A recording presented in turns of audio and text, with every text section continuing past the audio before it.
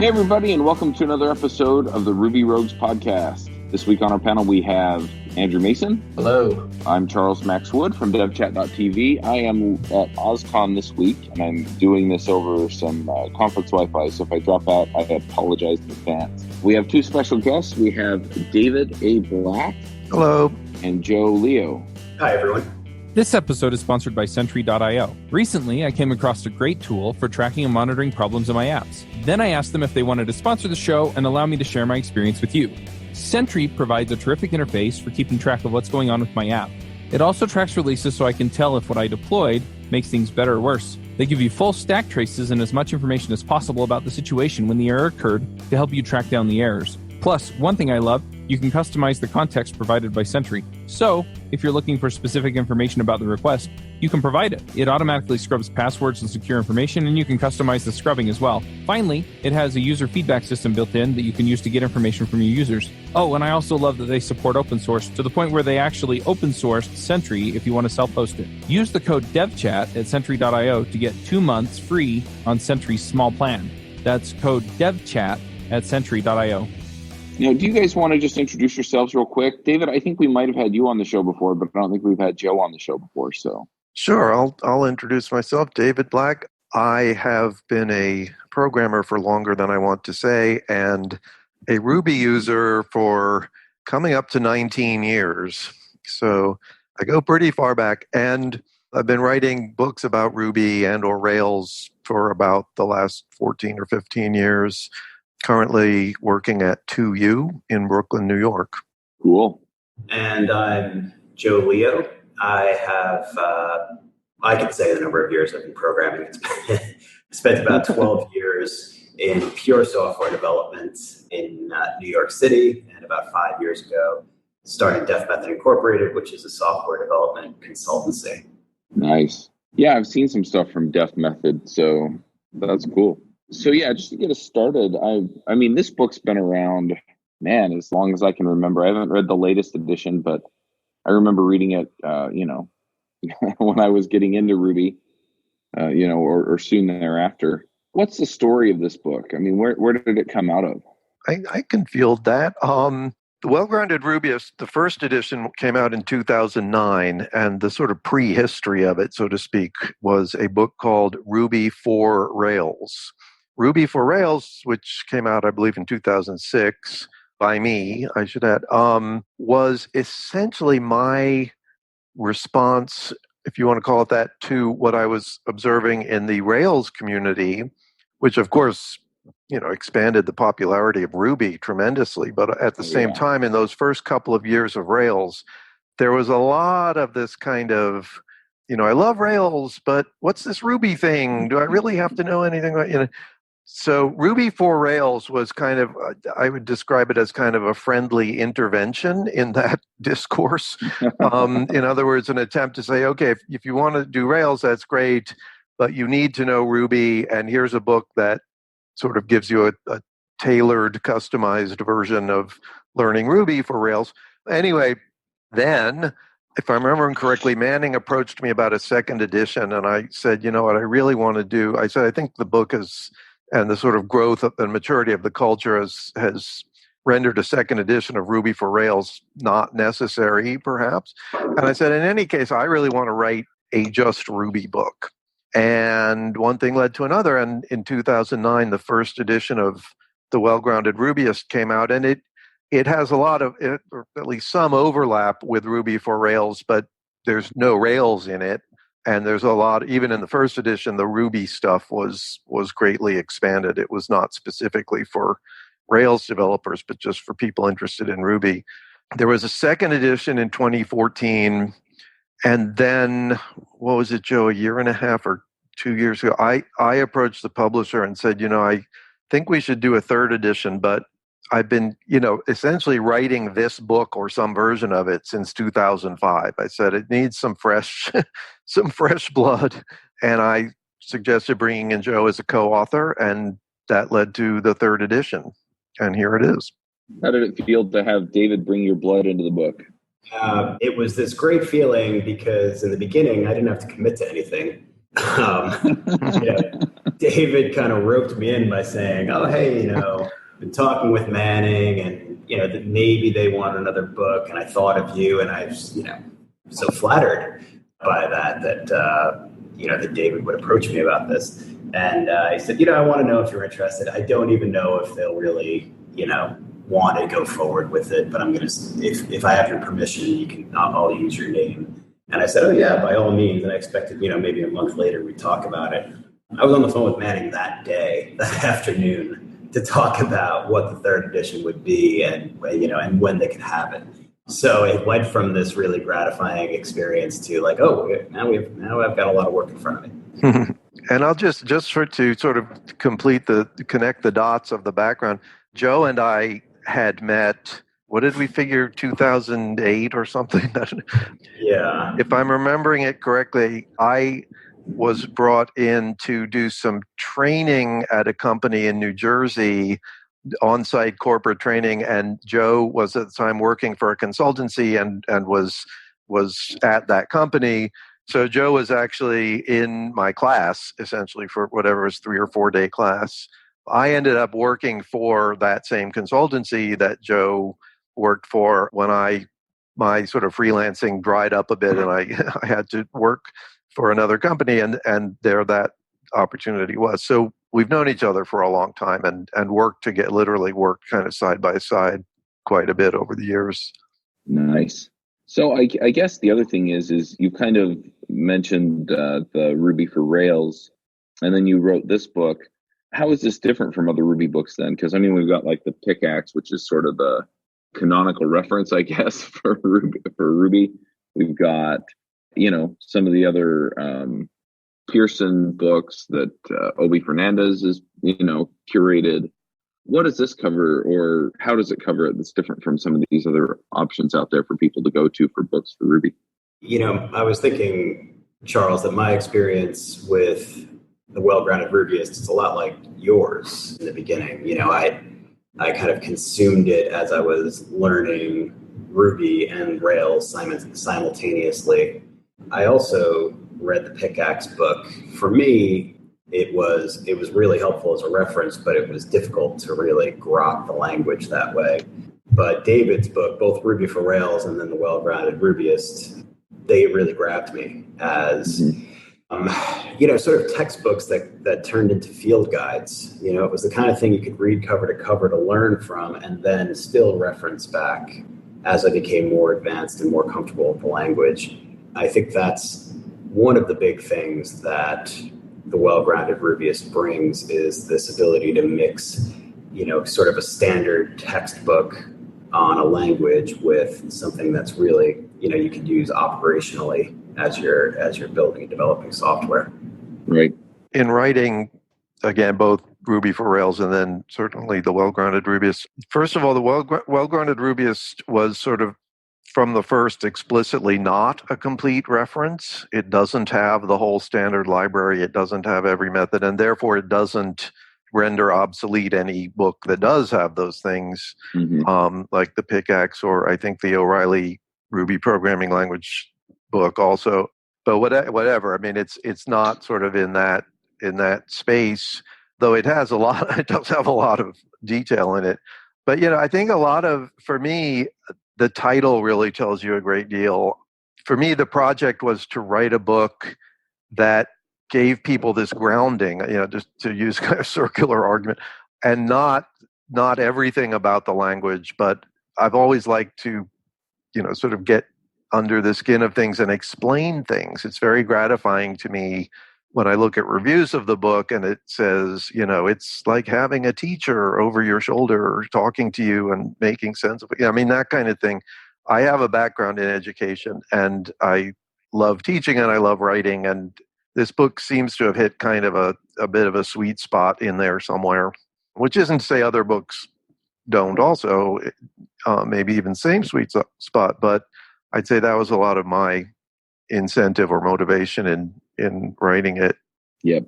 Hey, Andrew, have you read the book? I have not, but I'm probably going to pick it up after. I actually hadn't heard of it before, but I'm definitely going to pick this up, because when I started learning Ruby and Ruby on Rails, I basically started Rails and then got into it and then realized, I really don't know Ruby that well. It would be great to start learning more Ruby. So I had to kind of backtrack. And because I kind of went that route, it's difficult even to this day for me to be like, okay, is this a Ruby thing? Is this a Rails thing? I don't know where it's coming from.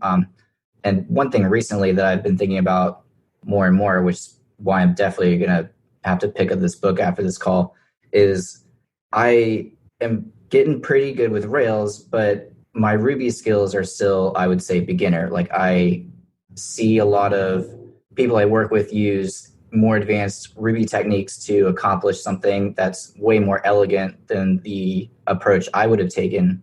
And it's because my foundation in Ruby is not as strong because of the way I learned. Yeah, that makes sense. It's interesting the way that you're talking about that, because I think for the first year or so of my career in Ruby, that was more or less where I was at. And then just looking through the contents, table of contents in the book, because I read this book like 10 years ago or 8 years ago or something like that.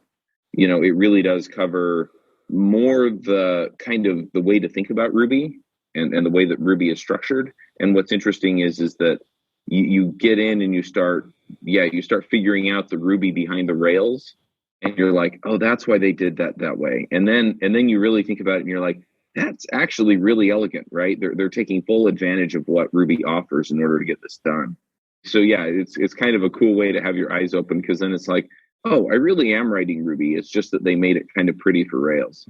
Right. And one thing I've always really liked about Rails, there are many things I like and love about Rails, but one thing is that from the very beginning, the people, David Heinemeier Hansson and others developing Rails, made what I assume is a conscious decision to write very idiomatic Ruby. I mean, there's a lot of magic, so-called, in Rails, though that term is, sort of equivocal to me. But the way it all works is very, very idiomatic. I mean, for example, one among many, you have, the associations, the class method, like has one, belongs to, and so if you kind of squint and look at the screen, they look like Atra Accessor or so. I mean, they're sort of cut from that same cloth in terms of style and so on. They do magic things, or behind the scenes. There's a lot. If you look at the Rails source code, there's certainly a lot going on there. The Rails source code is very interesting,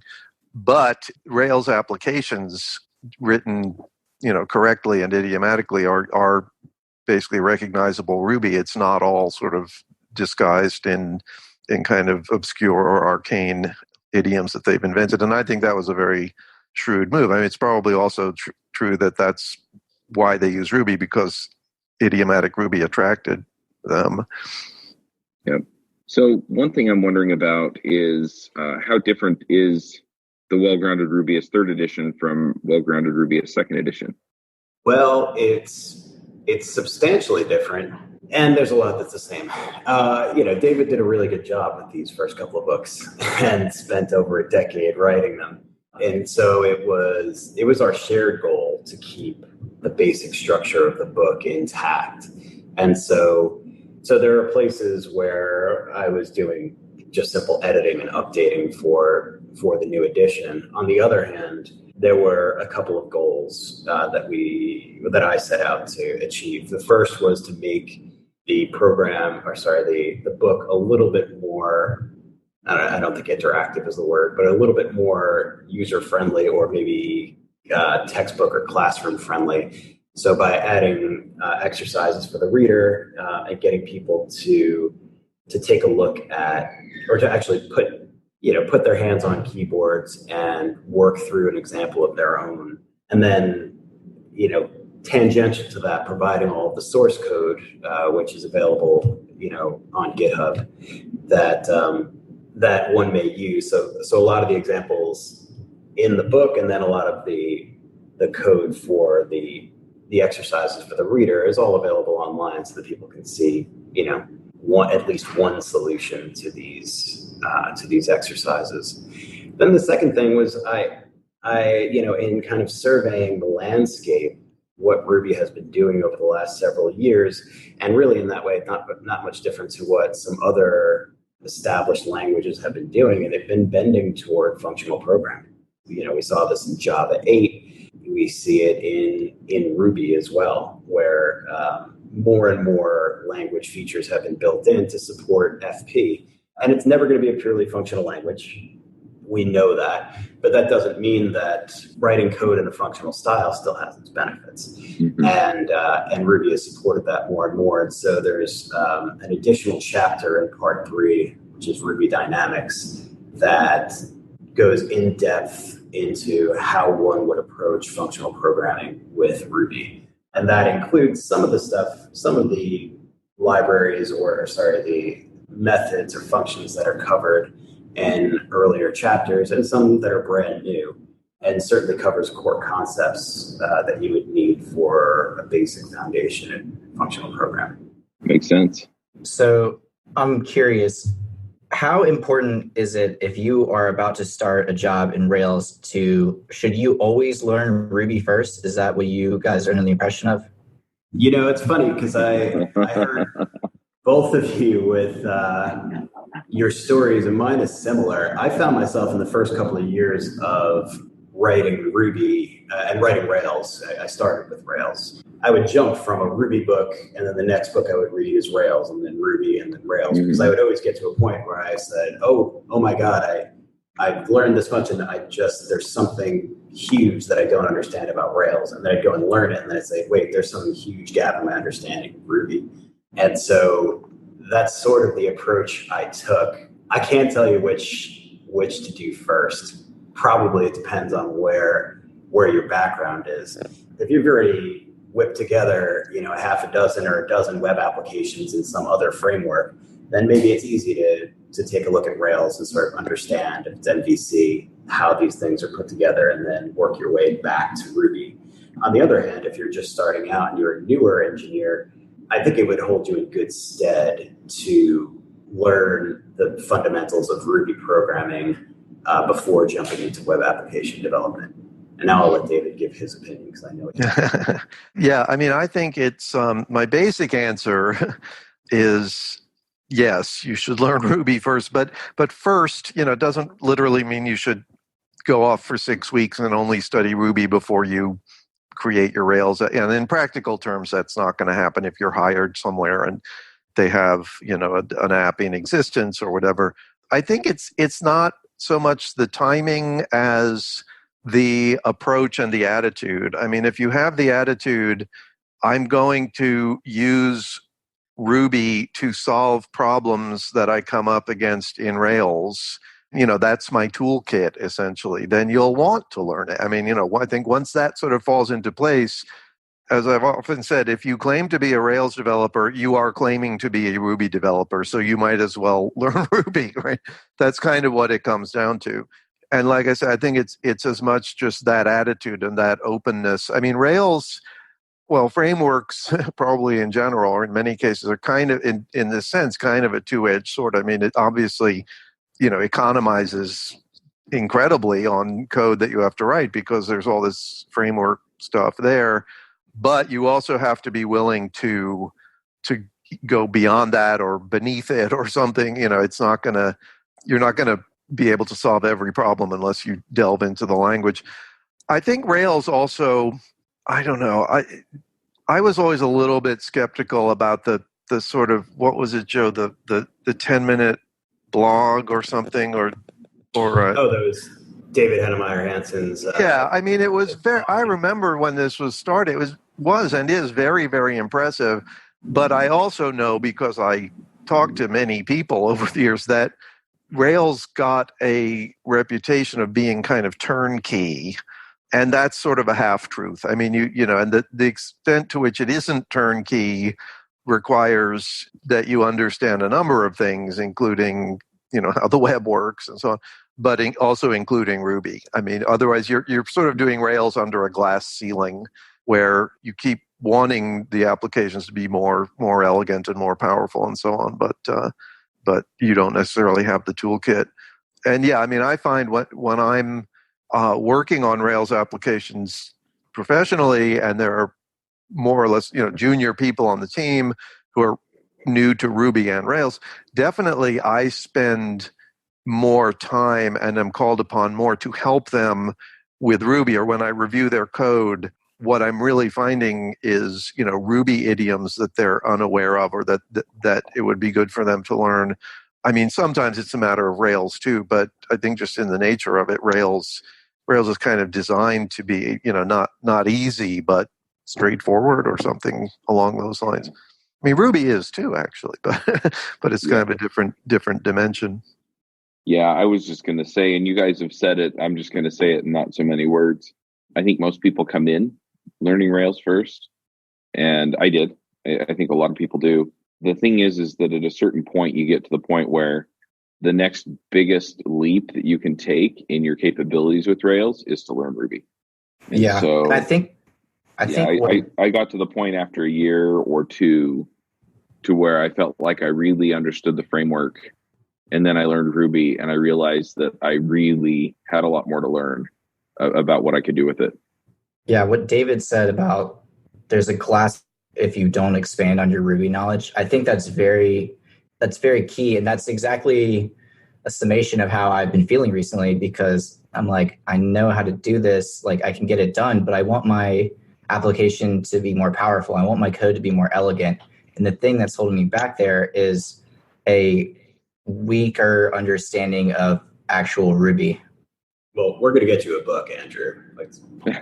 Yeah, I was going to say, I know a book right. you should read. That's right. Yes, still in time for stocking stuffers for Christmas. That's right. Everyone needs this book. One thing I'll mention, because I it's almost literally stumbled on the pickaxe, but I mean, I think it was the week the pickaxe book came out, which was early November of 2000. I was in a bookstore and I saw it. I'd been using Perl a lot. I was actually in a different career at the time, but I was using Perl a lot. I was teaching, and I wrote all my own grading software and everything, and syllabus markup language and whatever. Most of the tool chain was in Perl. But I saw this book that said Programming Ruby, and I think I might have heard of the existence of Ruby on the Perl mailing list. Well, I didn't really remember whether I had or not, but I took the book off the shelf and just fell in love with Ruby on the way to the cashier. I mean, literally, I just, opened the book to it was like, oh my, this is it. This is what. The moral of the story being, I was using Ruby a lot, a great deal, and very, very heavily involved in the Ruby community and organizing conferences and writing chapters of books and so on, basically for almost 4 years before Rails came out. So that also positioned me to write Ruby for Rails, because I understood the relationship between the two. And in fact, this is just sort of a footnote to the book history from before, but Manning contacted me in 2005 and said, we've heard that there's buzz about this thing called Ruby and Ruby on Rails, and we're wondering whether we should start, maybe publish a book about it, and if so, who should do it? And your name has been given to us as someone who might have contacts or recommendations or whatever. And I said, yes, you should publish a book, and it should be written by me. So that fell into play. And I had the idea for Ruby for Rails already. And 3 weeks later, I had a book contract. But again, being there before Rails, and then when Rails came in, that's, I think, one of the reasons I'm so ardent about yes, just learn Ruby. Again, I'm not saying it has to be chronologically before you ever touch Rails, but just remember that you are a Ruby developer if you're working on Rails applications, and there's really no case to be made for not learning your tool set if that's what's in it. So how far down that road then does the Well-Grounded Rubyist get you? It grounds you very well. I think the book hits kind of a sweet spot, and I base that on reviews and reactions over the years, that somehow it kind of set out to balance, as like we were saying before, a considerable amount of information about the language in considerable detail, with also a kind of tutorial tone and explanatory tone. So I don't know. That's probably in sort of measurable terms, not really an answer to the question, but I think it takes you pretty far. I mean, from what people have said to me over the years, I think typically people, I don't think I've ever heard anyone say, this is the only resource you'll ever need about Ruby or object-oriented or whatever. I mean, there's a whole lot of books there, and many of them very successful and very popular. And, it's sort of which book should I read next discussions. I mean, Well-Grounded Rubyist often comes up early in those discussions, followed by other books like Sandy Metz's book on object-oriented design and so on and so forth. Yeah, she also just released a new edition of that a few months ago. Yes. Yeah, I was going to ask that question next is, do you feel like there are books that are a natural prequel or sequel to the Well-Grounded Rubyist?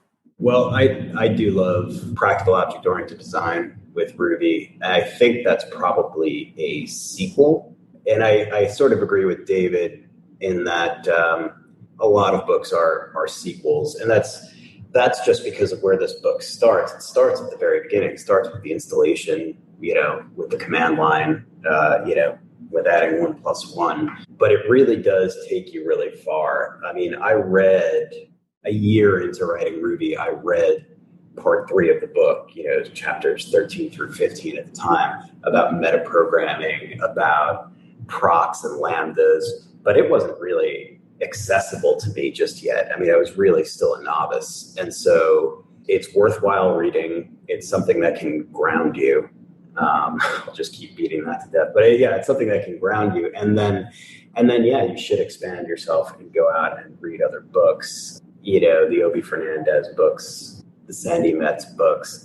And then probably you should come back to it. It's interesting, I had been writing Ruby for 10 years when I was called on to edit this book, and Ruby was and still is my favorite language. Looking again at chapter 14 yesterday as I was kind of preparing for talking about this book, I both learned so much and sort of fell in love again with Ruby just reading about, lambdas, procs, daddy lambdas, the way to capture methods as objects. And that's just because it's something that, it feels so good to understand that that's available to me. And yet, it's not it may not be something that you use every day. And if you don't, then it can, it can atrophy a bit. That's sort of part of your learning, And so I think that's a case to, read it early and read it often, as I have. So I guess the other question that I have is, what is your approach to reading books? So let's say that you're like, okay, well, I'm going to go pick up some books. A lot of people learn off of like YouTube, or they'll read some blog posts or things like that. Books are a little bit different. They're longer form.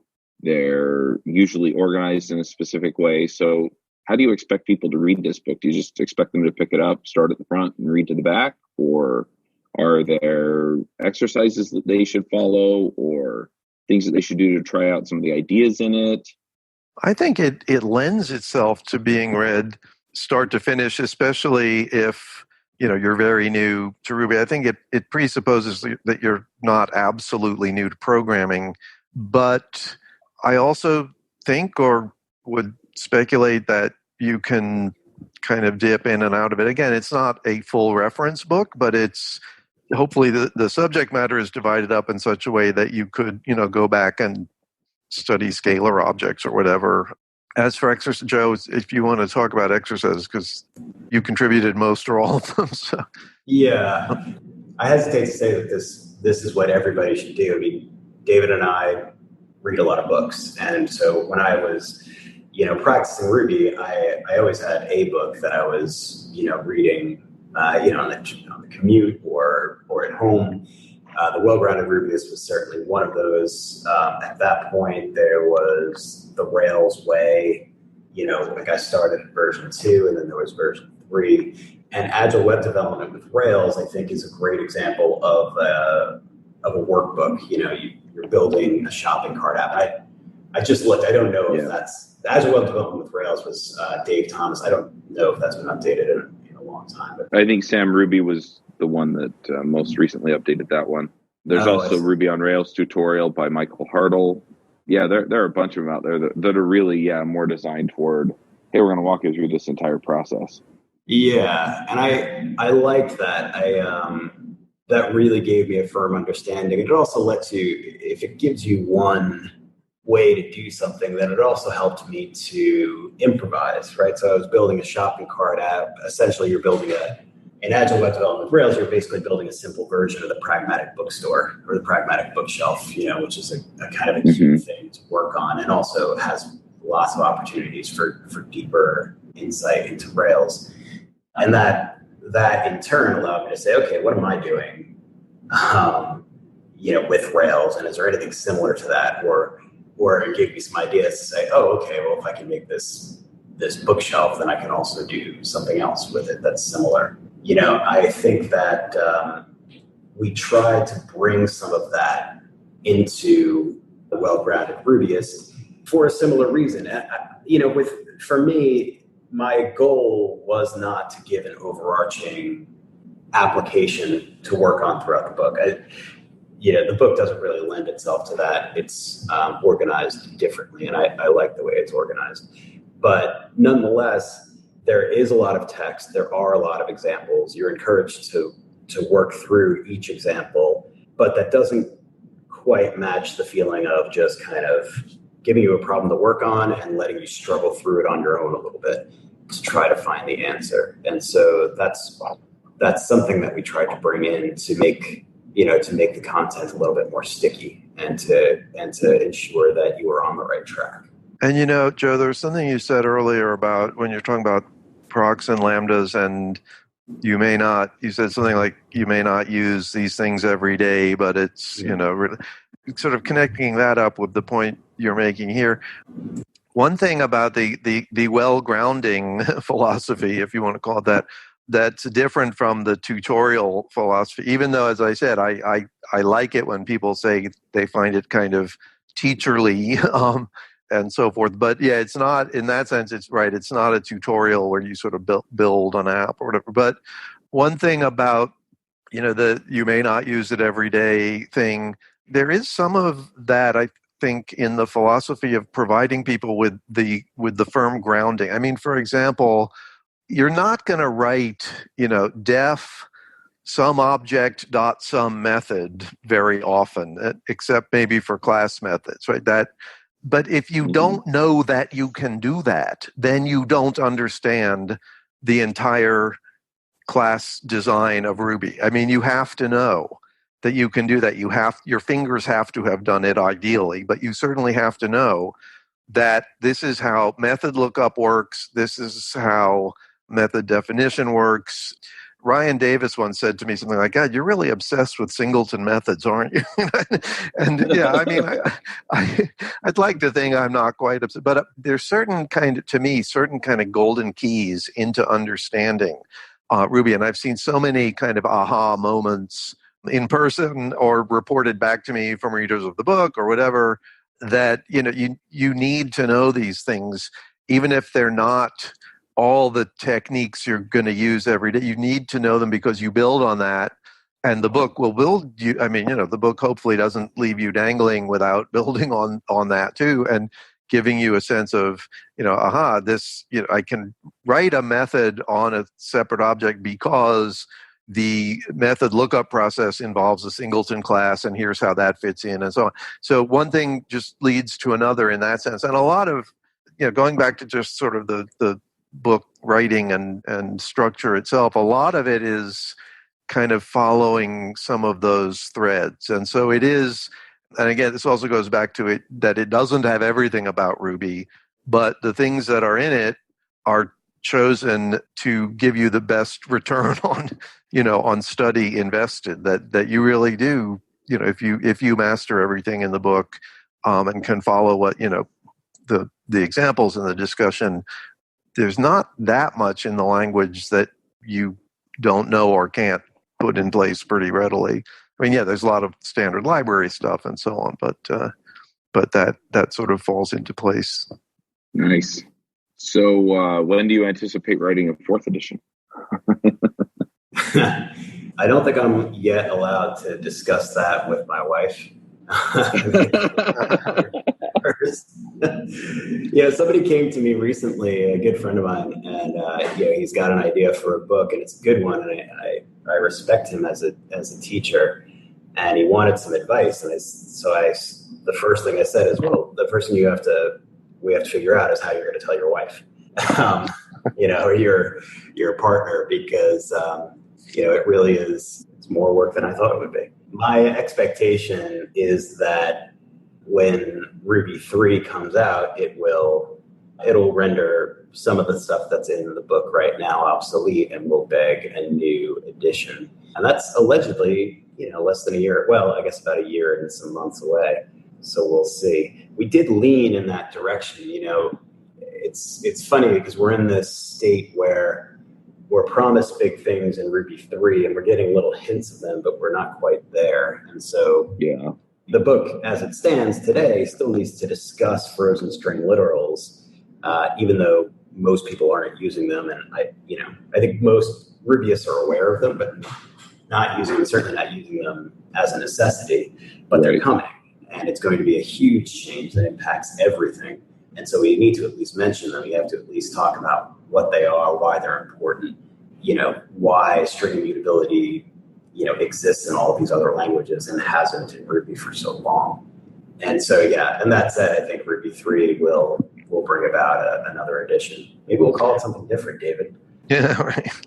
Well, among other things, it will also, of course, have a kind of the same effect on a lot of other books. I mean, of course, this is the balancing act of writing these books that things change almost out from under you. But, I think we'll see. It'll be interesting down the road. And I will just say that to Joe's wife's credit, she still talks to me. Just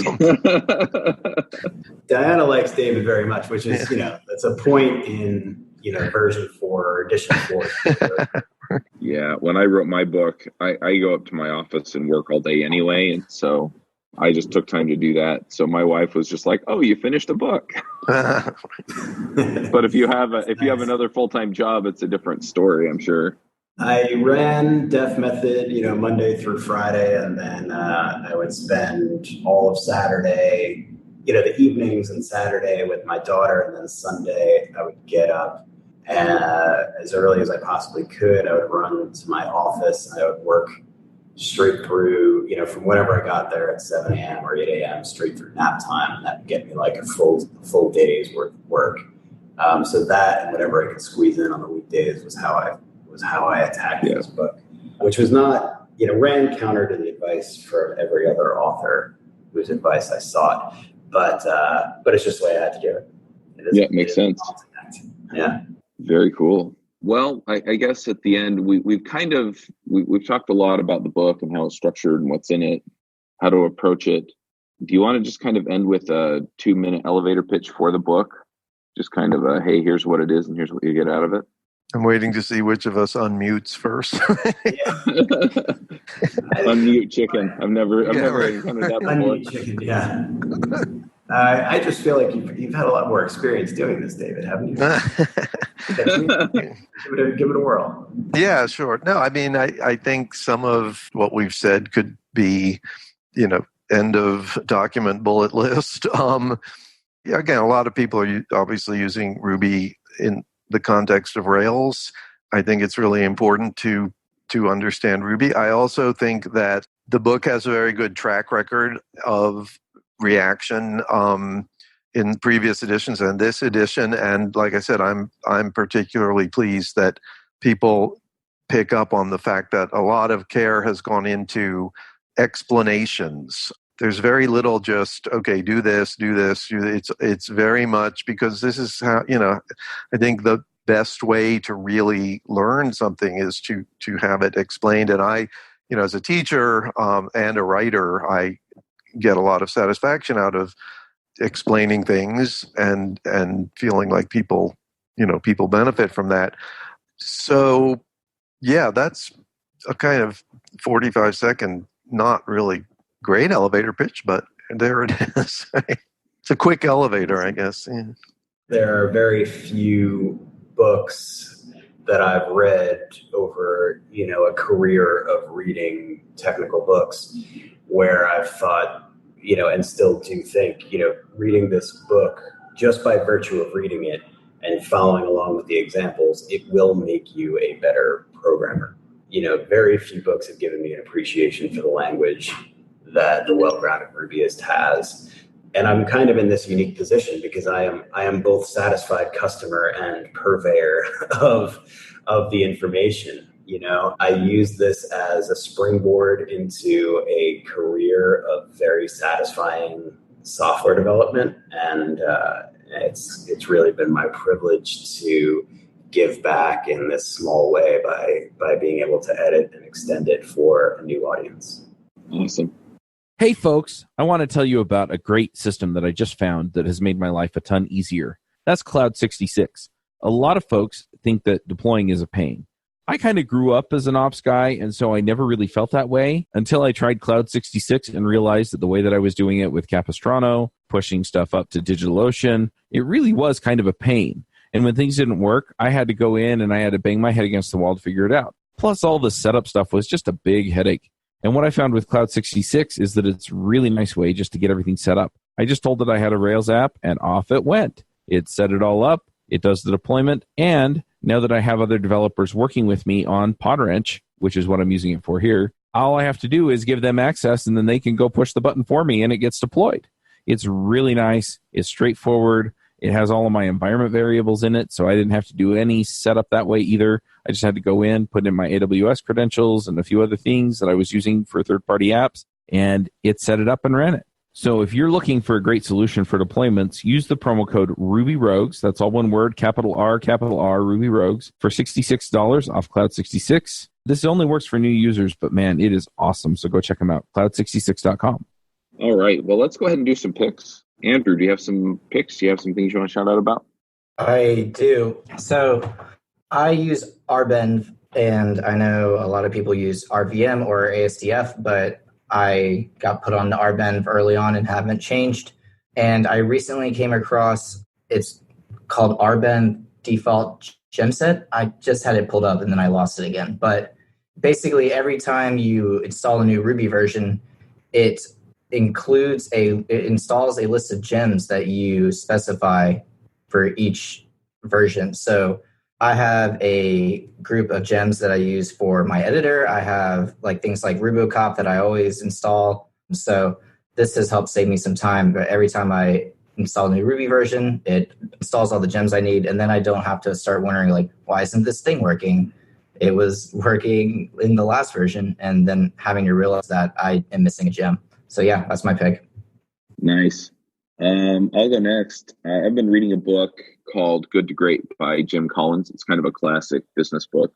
And basically the premise of the book is they did these studies and they looked at companies that did really well over a 15-year span and then found companies to compare them to over a different 15-year span.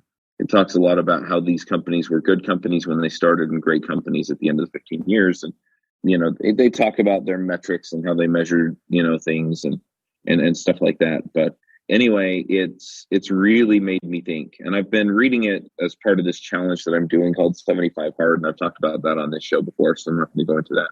One of the things is to read 10 pages of a book every day. Yeah, I'm just kind of having my mind blown by this one.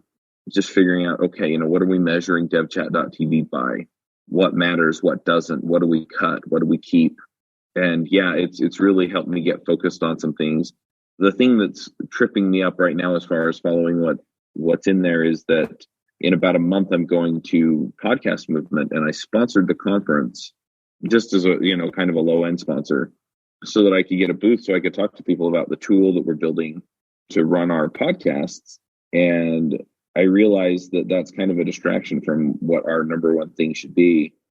And so I'm going to the conference and I'm going to sit in the booth, talk to people, but I'm not as focused on getting the development done for it as I am on just making sure that everything else is solid for the podcasts now. And so it's been kind of an interesting thing to figure out, okay, do I just kind of take my lumps and say, I kind of started doing the wrong thing, or not the wrong thing, but the right thing at the wrong time is probably a more accurate way to put it. And yeah, just kind of thinking through that. So if you're running a business, Good to Great by Jim Collins. David, do you have some picks for us? Yeah, I will mention that the second edition of The Pragmatic Programmer is coming out soon. I'm not sure exactly where it stands. I got a beta PDF copy or whatever, and wrote a little blurb or endorsement or whatever. But that's an exciting development because that book was and has been for 20 years so important. This is sort of the 20th anniversary edition. It's the second edition, and even if you just read the beginning about the introduction about how Dave and Andy have gone about updating it and what their decisions about what to keep and what to change and what to introduce, it's very interesting. But yeah, I mean that I think should be on people's radars if they're interested in that in programming, basically. Nice. I'm looking forward to that. I'm curious what's changed. We'll have to get them on and talk to them about that book, because that book was a huge influence on me early on in my career. Joe, what are your picks? I had one. I've got two now.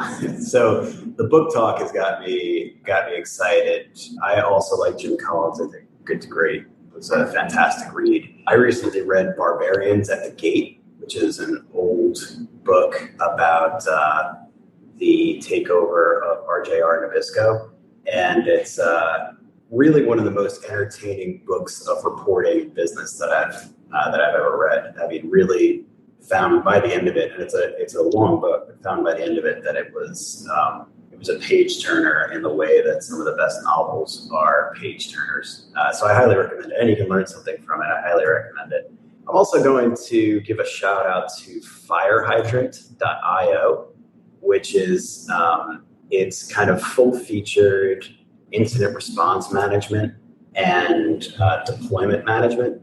What I love about it is just how it hooks into a lot of your modern tools today. So into Slack, into any of the other tools you're using to discuss deployments, incident management, etc. And also because it has built-in support for post-mortem reporting, which, I've just been kind of a stickler about this throughout my career, that when an incident happens, there needs to be a post-mortem, and that post-mortem needs to follow, a certain structure so that everybody gets the right information, so the same mistakes don't get repeated, and so Firehydrant actually integrates really well with doing just that and getting information out to everybody who needs it. Nice. Can you put the URL to that one in the chat so that we can make sure it shows up in the show notes? Yep, will do. Awesome. Well, if people want to find you guys online, where do they go? Twitter, GitHub? Yeah, Twitter. I have a blog, but it's sadly neglected. But there's davidablack.net, my sadly neglected website, and you can reach me through there. Definitely through Twitter, David_A_Black. Nice. Yeah, the best way to find out about me and what I'm doing is probably through Twitter at JLeo3, or frankly through Def Method, because everything I'm doing professionally is through the company. So we're on Twitter at Def Method Inc. You can find us at defmethod.com. Nice. All right. Well, let's go ahead and wrap this one up. Thanks, you guys, for coming. I'm definitely going to go back and thumb through the book again. But great. Yeah, this was a fun discussion. Yeah. Well, thanks for having us. It's been a pleasure. Yeah. Yeah. Thanks, Charles. Thanks, Andrew. Great chatting with you. Thanks, y'all. Bandwidth for this segment is provided by CacheFly, the world's fastest CDN. Deliver your content fast with CacheFly. Visit CacheFly.com to learn more.